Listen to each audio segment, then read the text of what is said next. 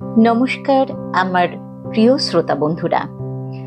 আজ আমি আমার 40 পেরোনো সেই সহচরীদের জন্য একটি নিবন্ধ নিয়ে এসেছি, যারা আমরা 40-এর উপরে দাঁড়িয়ে আছি।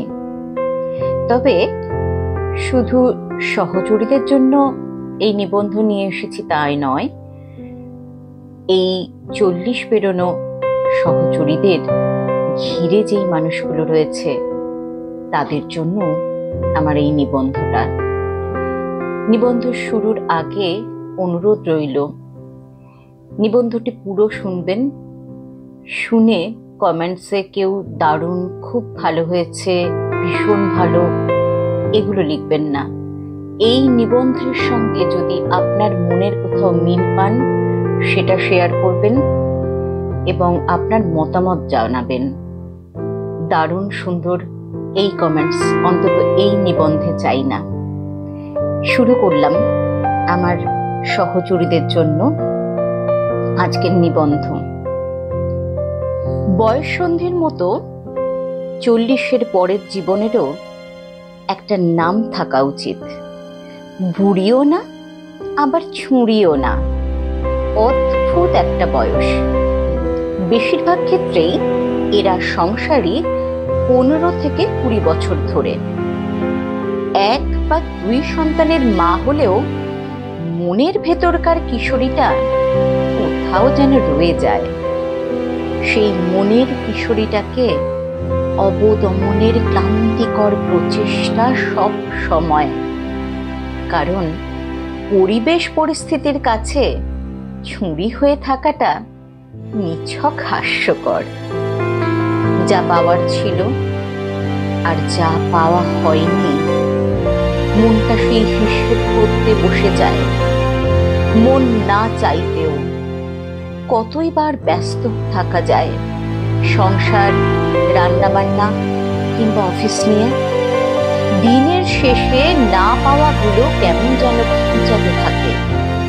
দিনের শেষে মনে হয় কেউ তো থাকুক, কেউ তো শুনুক মনের সব কথা, কোনো জাজমেন্ট ছাড়া। এদিকে সংসার, বাচ্চা কাচ্চা মানুষ করতে করতে জীবনটা বন্ধুহীন হয়ে যায়। সবাই যার যার জীবনে ব্যস্ত। 40 পেরোনো মেয়েরা একটা কঠিন রোগে ভোগে, নস্টালজিয়া। কারণে অকারণে শুধু পুরনো কথা মনে পড়ে। পুরনো ক্ষতগুলো তকতকে হয়ে ওঠে। আবার মনে পড়ে ফেলে আসা শৈশব, তারুণ্যের চঞ্চল মন, স্কুল, কলেজ, ইউনিভার্সিটির সোনালী দিনগুলো। তার সঙ্গে প্রথম দেখার ক্ষণটি, কখনো বা না ফুরোনো কত গল্প, বৃষ্টিবিলাস। যে কিছু সময়ের জন্য নিজের হয়েছিল, যে কষ্ট দিয়েছিল, কিংবা না চাইতেও যাকে কষ্ট দিতে হয়েছিল, সব মনে পড়ে যায় সময়ে অসময়ে। রাতের বেলা সব কাজ সেরে আয়নার সামনে দাঁড়ালে বড় অসুন্দর মনে হয় নিজেকে। চুল পড়ে অর্ধেক, মুখে বলি রেখার সবে আঁকি বুকি শুরু করছে। এক সময়ের মেদহীন শরীরটা স্বপ্নের মতো লাগে।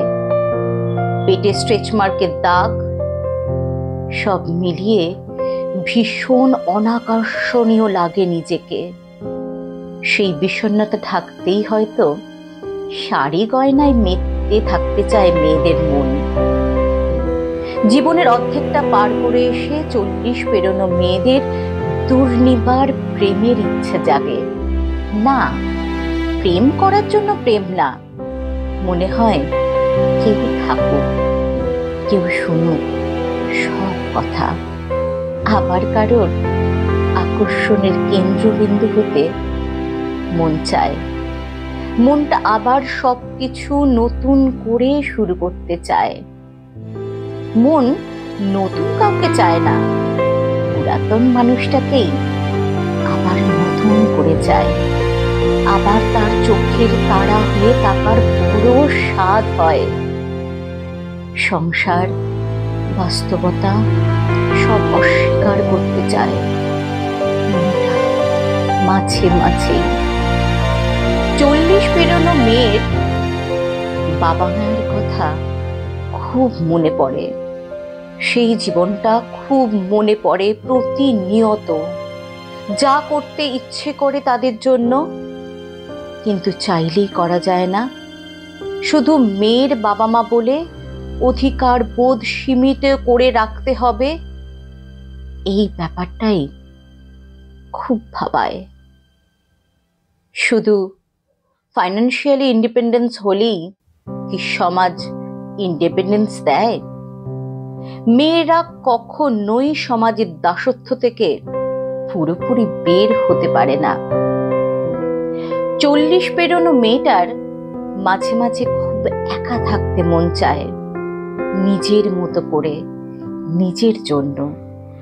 পর মুহূর্তেই সন্তানদের জন্য মন কাঁদে। মায়েরা সবচেয়ে ভয় পায় মৃত্যু।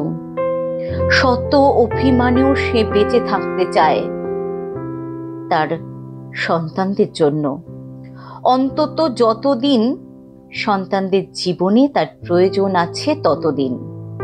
চিৎকার করে কাঁদতে বড় স্বাদ হয়, যেন সেই কান্না কেউ শুনতে না পায়।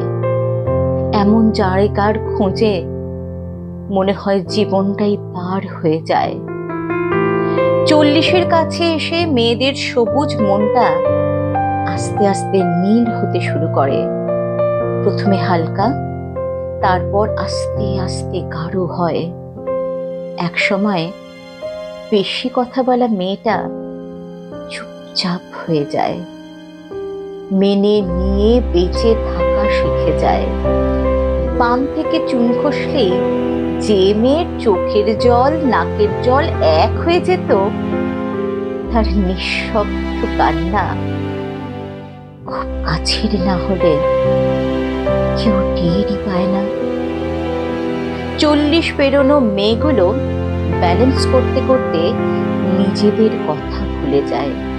ভুলে যায় কি করলে ভালো লাগবে, ভুলে যায় মনটা কি চায়। 40 পেরোনো শরীরটাও আগের মতো সাপোর্ট দেয় না। অপারেশনের ধকল, মেরুদণ্ডে দেওয়া ইঞ্জেকশন শরীরকে অকেজো করে দেয়। ভাঙা কোমর নিয়ে দিব্যি রান্না বান্না, বাচ্চার দেখাশোনা, ঘরের কাজ, জার্নি সব ভুলে যায়। তবু দিন শেষে শুনতে হয় কিছুই করে না। 40 পেরোনো মেয়েগুলো যত্ন চায়। তারা চায় কেউ তাদের মনের যত্ন করুক।